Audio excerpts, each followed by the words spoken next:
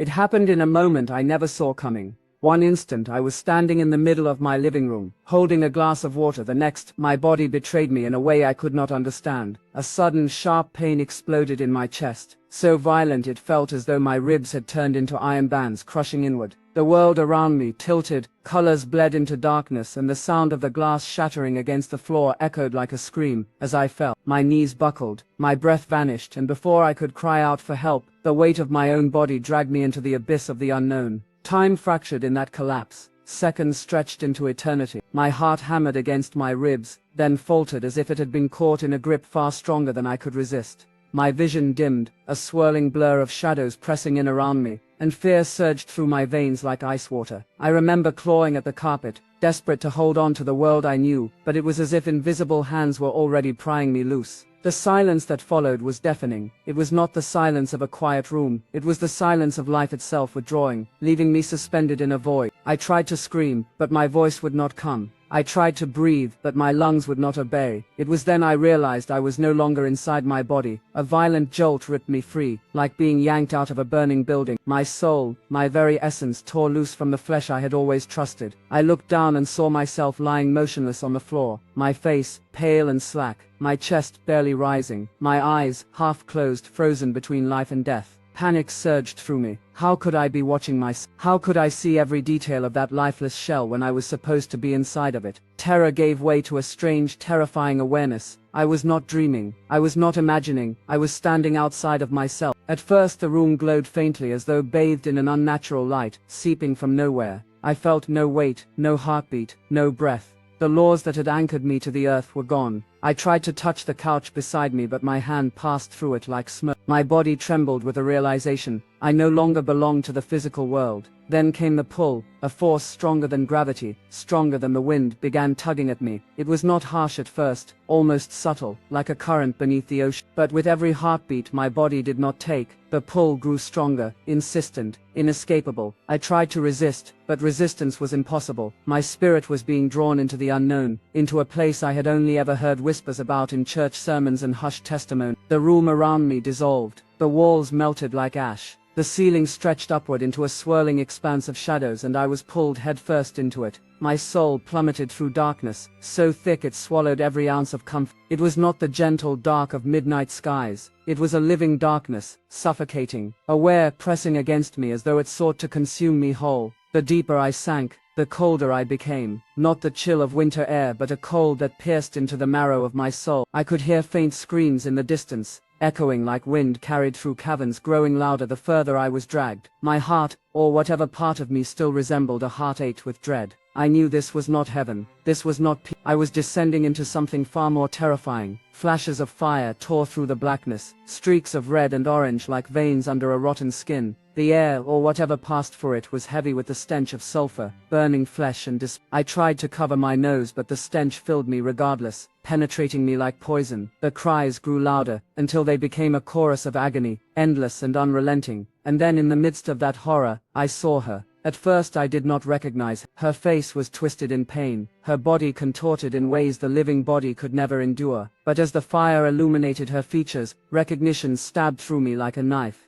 She had once been beautiful, adored, celebrated. I had seen her on screens, her face gracing magazines, her name whispered with admiration. A famous actress, the kind of woman people envied for her wealth, her fame, her beauty. And yet here she was, not on a stage bathed in applause, but in a pit of torment, surrounded by the kind of suffering no earthly crown could shield her from. Her eyes, those eyes once known for captivating millions, were wide with terror, eternally locked in screams that never ceased. Her hands clawed at her own skin, as flames devoured her, but her body never crumbled, never died. It endured, only to burn again and again. She tried to shield herself, but there was no relief, no escape, no mercy. The sight rooted me in place, horror ripping through me. I wanted to look away, but I could not. Her torment was a mirror of what awaited countless souls, and I could feel the truth sinking into me like chains. Fame, fortune, beauty, all of it had meant nothing. I wanted to reach out, to ask why, to plead for her release, but there was no voice, no words, no sound I could give. I was a spectator forced to see, to witness, to understand, and though I could not hear her speak, the weight of her suffering pressed against me with a message clearer than any voice. This is the end of every soul that rejects truth. This is the cost of secret sins hidden behind the mask of success. Terror closed around me like a vine. If a woman the world had idolized could fall here, what chance did I have? My life flashed before me, every lie, every compromise, every time I chose the world over God. My soul trembled. The pit widened before me, flames clawing higher, and I realized the pull had not released me. I was still descending. Hell was not just around me, it was reaching for me. The pull did not relent. It tightened around me like unseen chains, dragging me further down, deeper into that dreadful abyss, where screams layered upon screams, until they became a constant roar. The air vibrated with agony, and I realized with dawning horror that every cry I heard was a soul stripped bare of hope. It was a sound no human throat was meant to produce, yet it rang endlessly, as if despair itself had a voice. I had always thought of hell as distant, symbolic, something reserved for the unrepentant in abstract sermons, but this was not abstract, it was not distant, it was alive, consuming, real beyond comprehension. The darkness clung to me like tar, and the flames flickered with a malevolent intelligence, as if they knew each soul personally, tailoring their torment with perfect cruelty. The famous actress was not the only one I saw. As I descended, the shadows parted just enough for me to glimpse others, men and women of all ages, stripped of the facades they once wore in the world.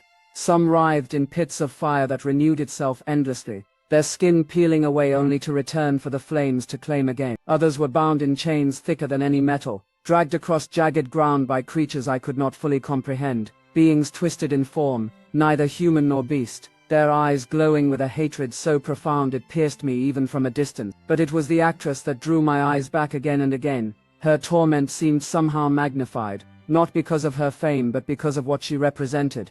She had been adored by millions, her name known across nations, her face etched into memory, and yet none of it mattered now. None of it followed her here. Her screams rose above the others, like a dreadful solo in a choir of agony.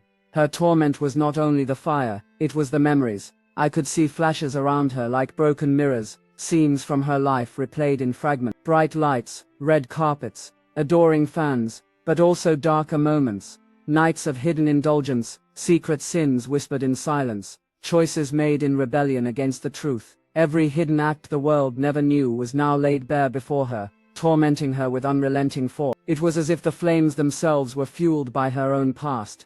Each sinful choice, another spark that kept the fire alive. I trembled as I watched, realizing with unbearable clarity that hell was not simply a place of punishment, it was a place of exposure. Nothing could remain hidden here. Every mask was torn away, every pretense shattered, and the weight of who you truly were pressed upon you like chains that could never be broken. The pull dragged me further, and soon the ground beneath me shifted into something solid, if such a word could be used for the burning stone I stood on. My feet, or the echo of feet my soul carried, rested upon ground that seared without flame. I could feel the torment of the place pressing upward through me, invading every part of my being. The heat was unbearable, but it was not the kind of heat that consumes, it was the kind that never ends, the kind designed not to destroy but to keep you alive in suffering. Around me rivers of fire flowed like molten streams, carrying souls that screamed as they were swept along, unable to escape. Their hands reached out, grasping at the edges, but there was nothing to cling to. They were carried away, swallowed deeper into regions I dared not imagine. The stench grew heavier, thicker, as though the very air was made of decay.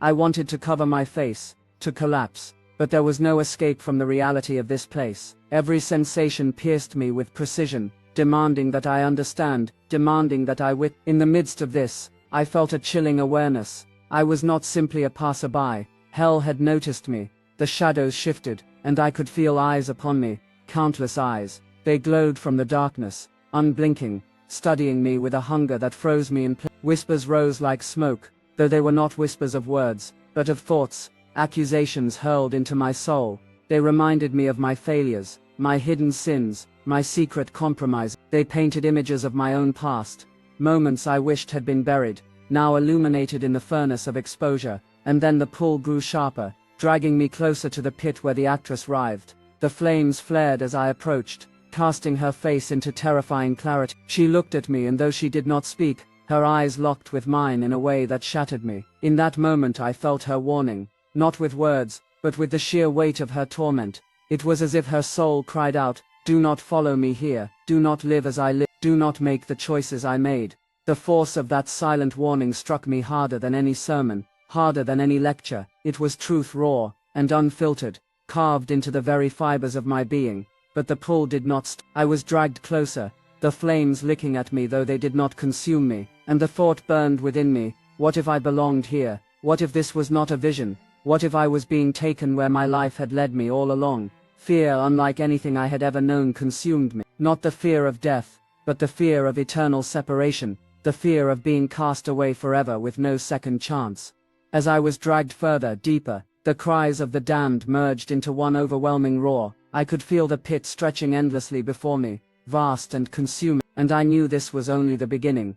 The actress's screams followed me as I descended, etching themselves into my soul. Her story was not fiction, her warning was not symbolic, it was a revelation, one that demanded I see, that demanded I remember, that demanded I change. And yet the darkness grew heavier still, and the pull showed no sign of stopping. I was being taken deeper into hell's heart. The darkness thickened around me, as though it had substance, as though it wanted to smother me into silence forever. The pull dragged me deeper into the abyss, past rivers of fire, past caverns filled with the shrieking of souls who had no rest. My being trembled as I realized I was approaching a depth where even the faintest flicker of hope seemed extinguished. Every step, or whatever movement my soul made, drew me closer to a realm that promised no escape.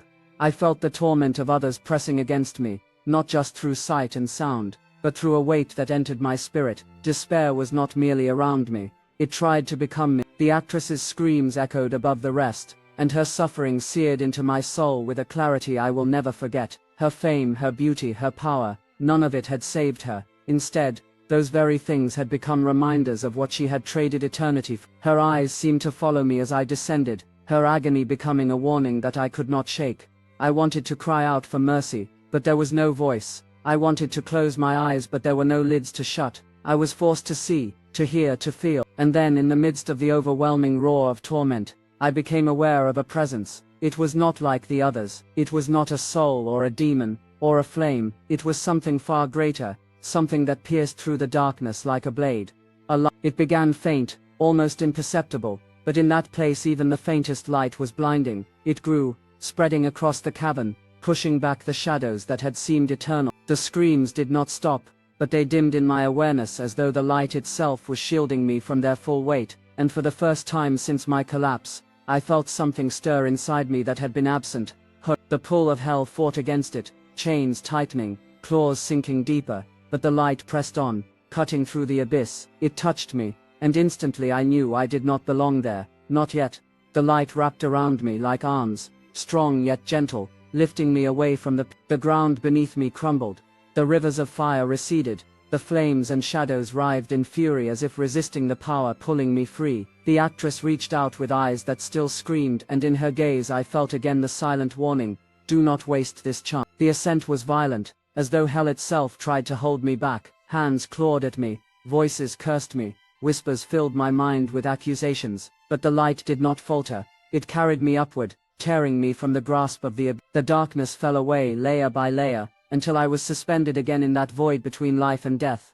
I saw my body lying where it had fallen, pale and still, the glass still shattered around it. The light surged once more, pressing me downward, and with a force like a crashing wave, my soul slammed back into flesh. I gasped, my chest heaved, air tore into my lungs like fire, my heart pounded so hard it rattled my bones. I coughed, choking on the return of breath, the weight of life crushing back into me. I opened my eyes and the world of the living rushed back in, a blur of colors, the smell of the carpet, the pain in my chest, the sound of my own sobbing breath. I was alive, but I was not the same. The memory of what I had seen clung to me with a grip that would never release. The actress's screams haunted my ears, her eyes locked on mine, warned me every moment of every day. I could not shake the truth. If it had not been for the mercy of that light, I would have been lost with her, consumed by the same eternal torment. I rose from that floor trembling, knowing I had been given a second chance, but the weight of responsibility pressed on me heavier than any fear. I had seen the fate of those who live for themselves, those who trade eternity for fleeting pleasures, those who hide secret sins behind masks of beauty and success, and I knew I could never be silent about it.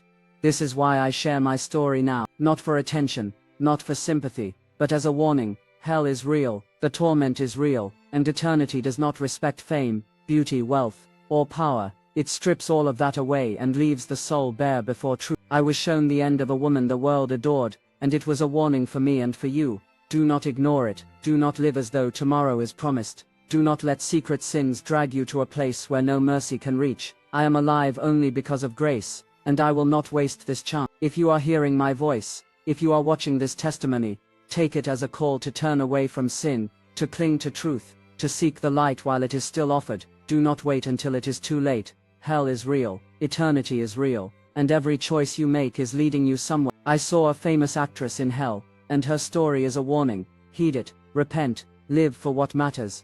And if this testimony has reached your heart, I invite you share your thoughts in the comments below, and subscribe for more real afterlife testimony. Let this message spread, because someone you love may need the warning before their chance is gone.